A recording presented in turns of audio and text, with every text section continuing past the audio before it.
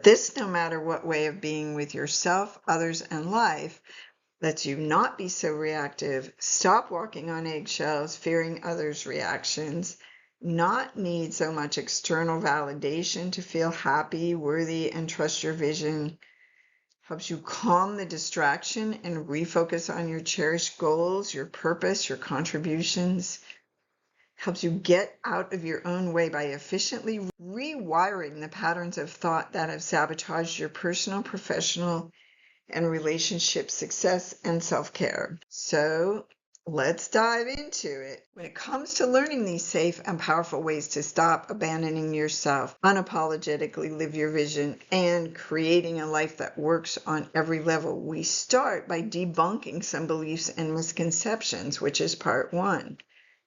Some of them sound good and often bring a lot of hope for newcomers into the spiritual space.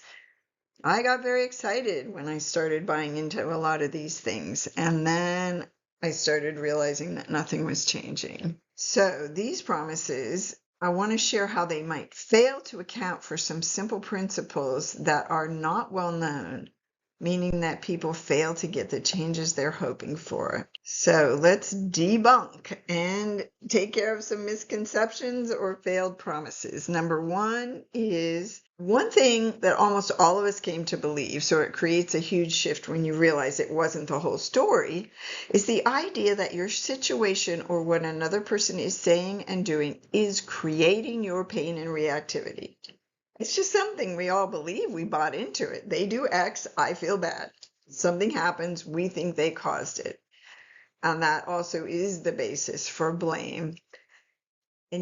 And one failed promise that has started to go along with that, especially recently with so much talk of boundaries and trauma and things, is that the idea that what you need to do is set stricter boundaries or even cut the troublemakers out of your life.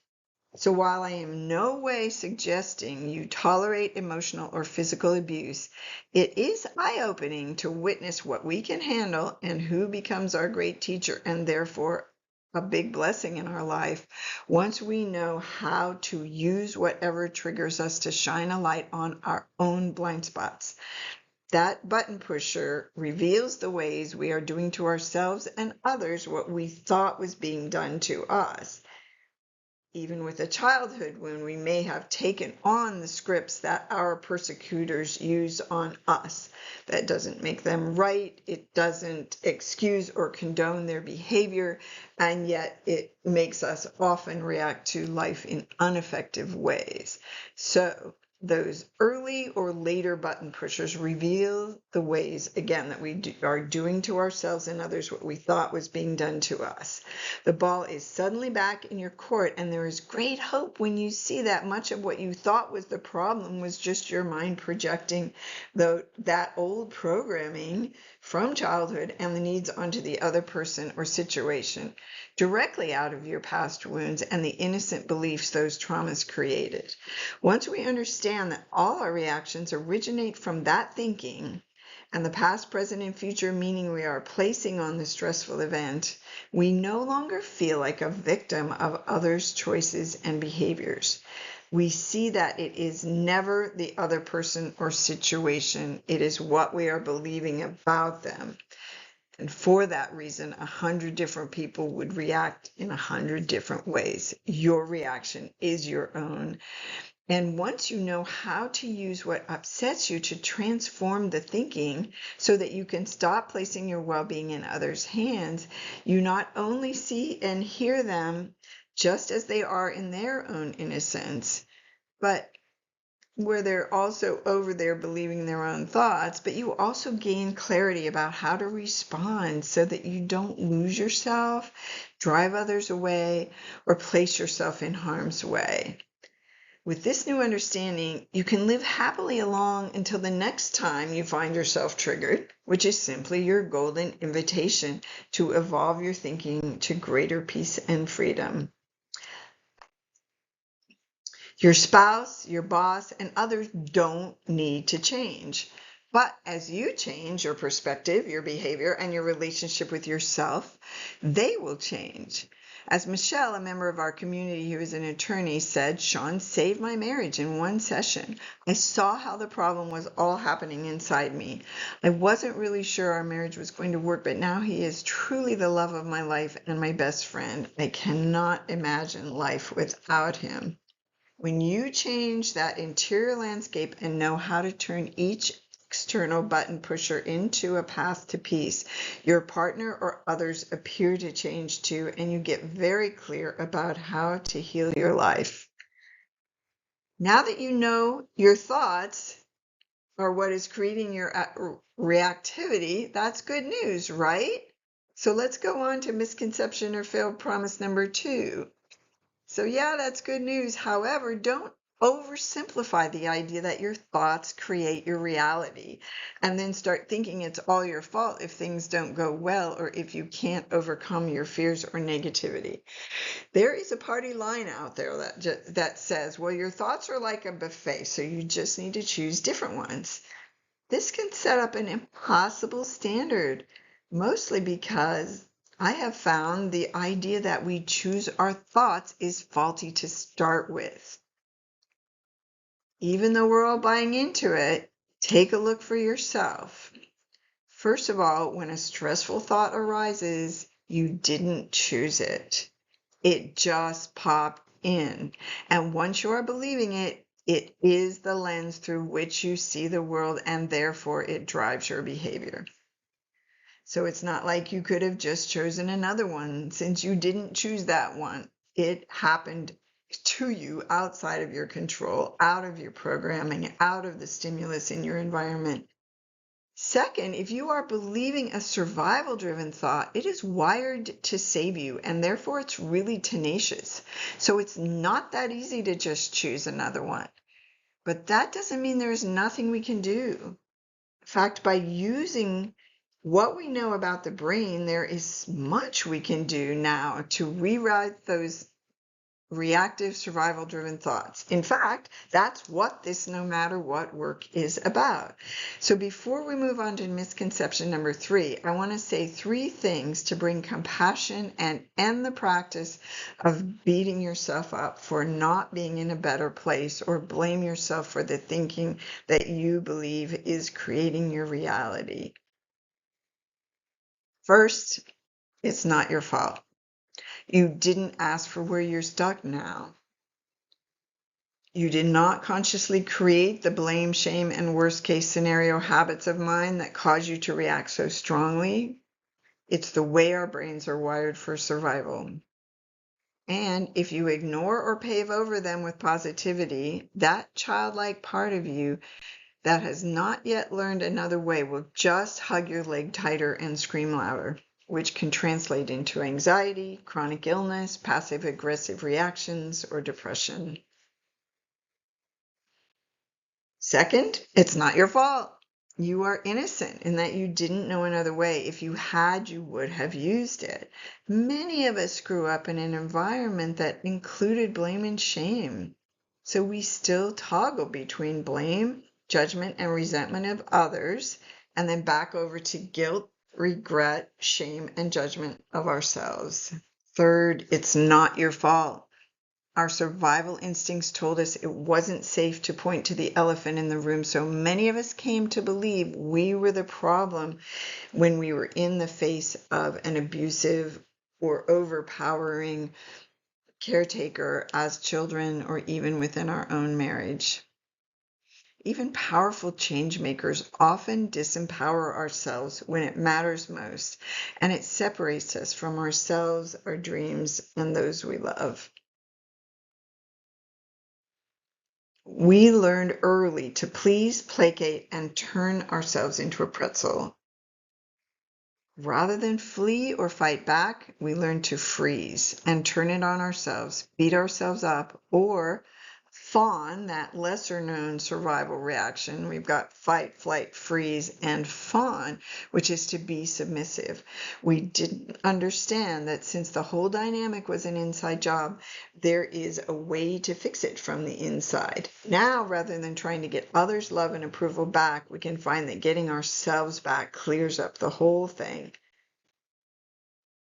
If you just practice mindfulness and meditate, here is misconception or failed promise number 3, becoming the observer of your thoughts and feelings, your difficult situations will turn around. Well, stepping into the role of the mindful observer rather than the believer of the thinking is a huge step forward and can help in so many ways. However, our stressful thoughts and the reactive emotions they generate are a cry for help.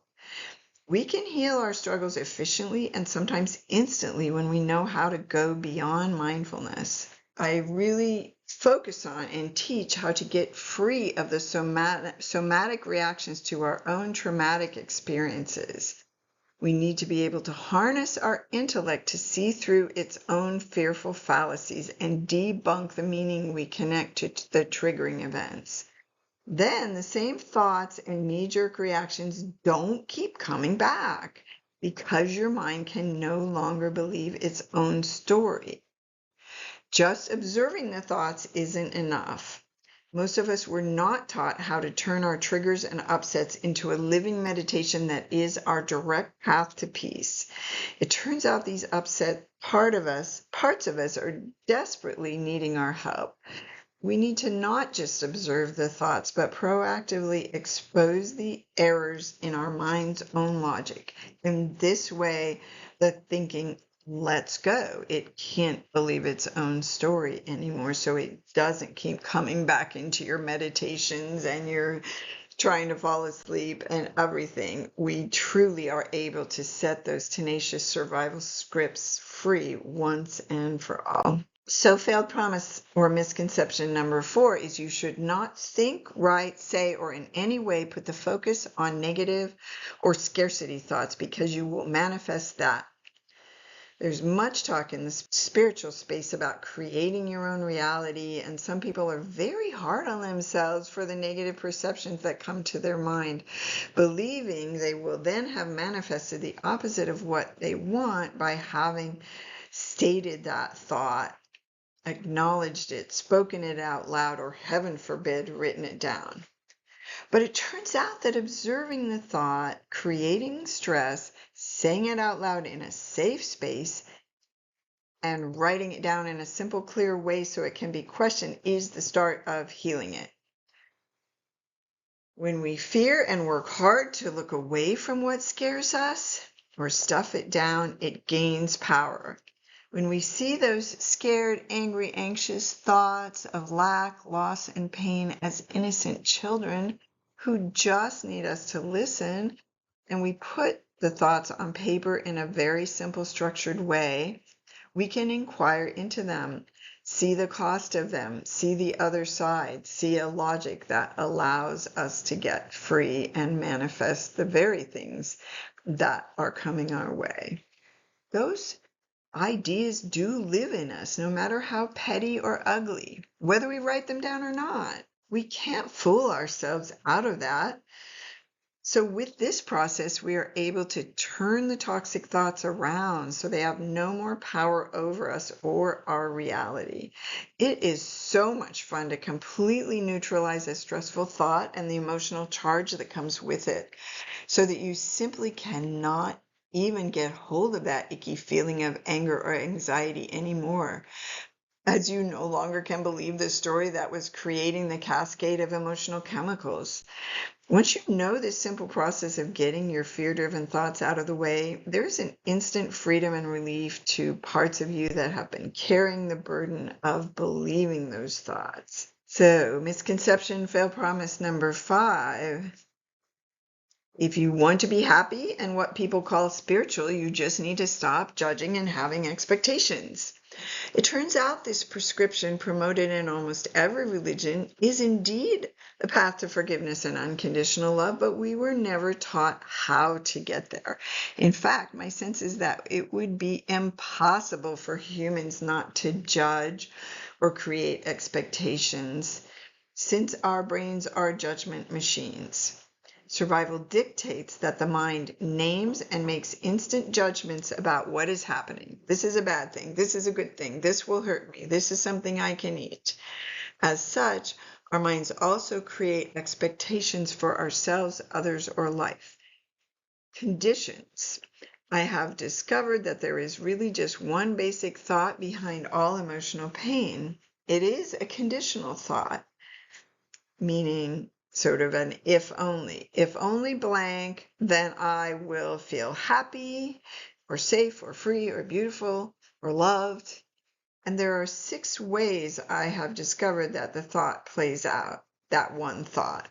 It turns out that while we cannot stop our brains from judging, we can almost instantly release the chronic, ever-increasing numbers of judgments. In fact, we can bring it down very close to 0, which also heals the separating effect of our judgments and fears. But we can't just say, I'm not going to judge. The judgments actually have to get neutralized so that they don't feel they're accomplishing anything. We can feel safe in almost any circumstance when we live in this no matter what way, no matter what, without conditions.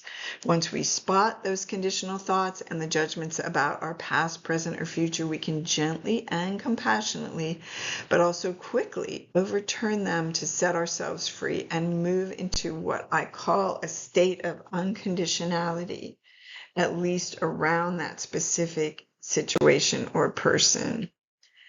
That leads me to the next misconception, which is that unconditional love is only attainable by spiritual masters like Jesus or Buddha.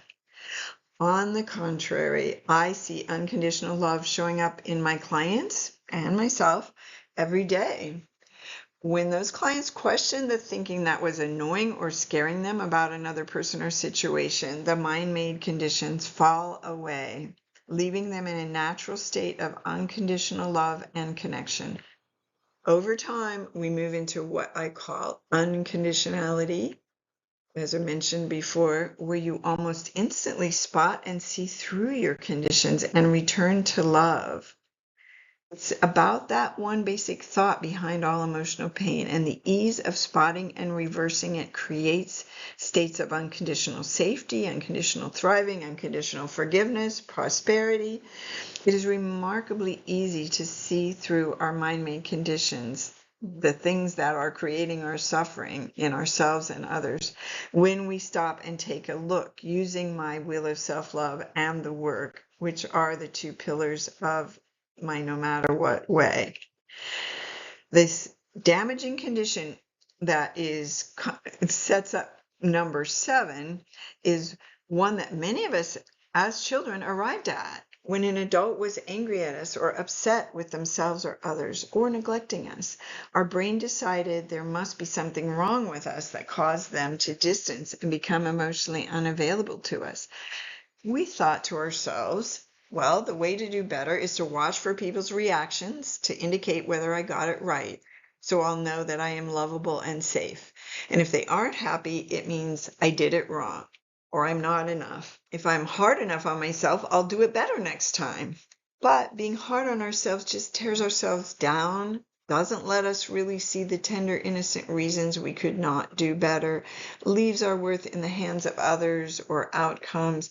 It is phenomenal how much changes when people who learn my wheel of self-love start to be on their own side, cheer themselves on, find their own innocence, and give themselves the love and forgiveness they crave from others. One of my clients who was most resistant to self-forgiveness because she had come to believe that she was a slacker and that if she wasn't hard on herself, she wouldn't do anything, she found out recently that the opposite is true.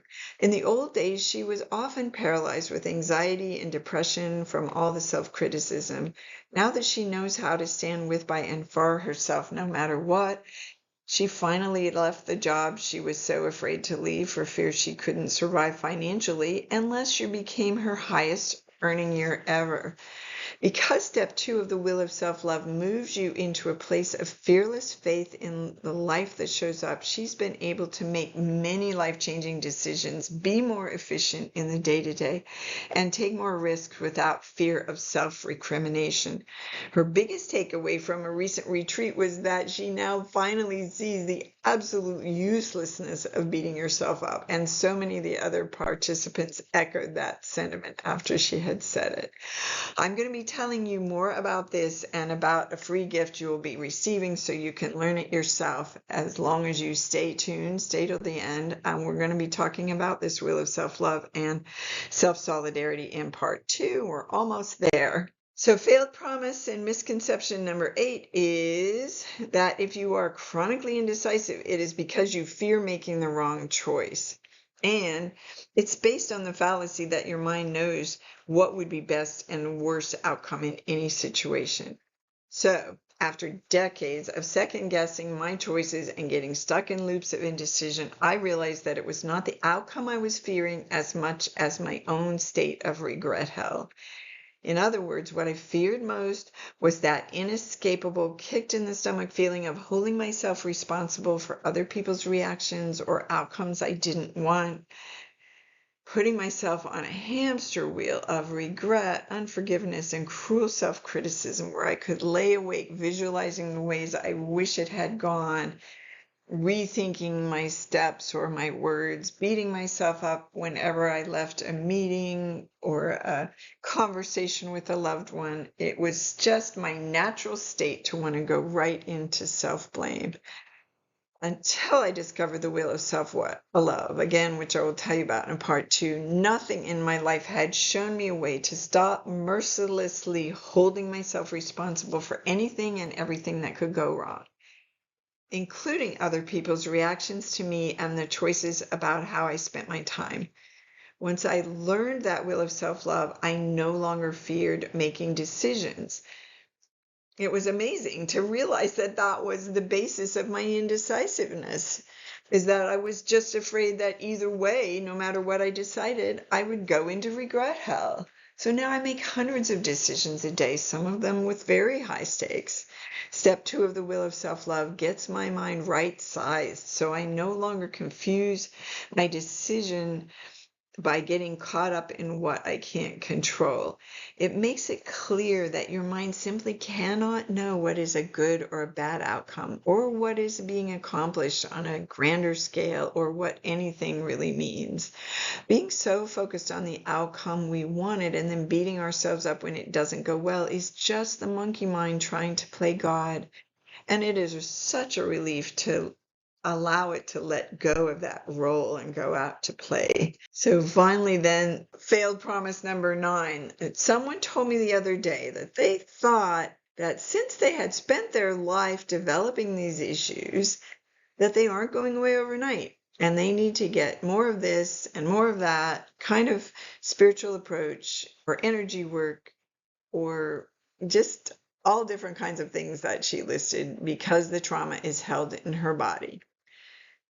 Well, I say even with much somatic work, the patterns aren't going away until your mind can see the errors in its own logic and sees what that is costing you. And then, like a hot stove, when it does see through its own story and sees that it hurts, it quickly stops using it as a weapon of self-destruction and holding the patterns in your body. So my experience was that it was taking a very long time, and all the somatic work and everything I tried and the amazing practitioners I was led to, that those patterns still stayed stuck. So we now know a simple way to use the brain wiring to transform the hard stuff into a path back to you. And because I also do a lot of feeling with work with you along inside of your body as you're transforming the thoughts, the places where the emotional charge was held go away along with the thinking that was keeping them in place. Is never too late. It does not take long, and it just keeps going deeper and getting better.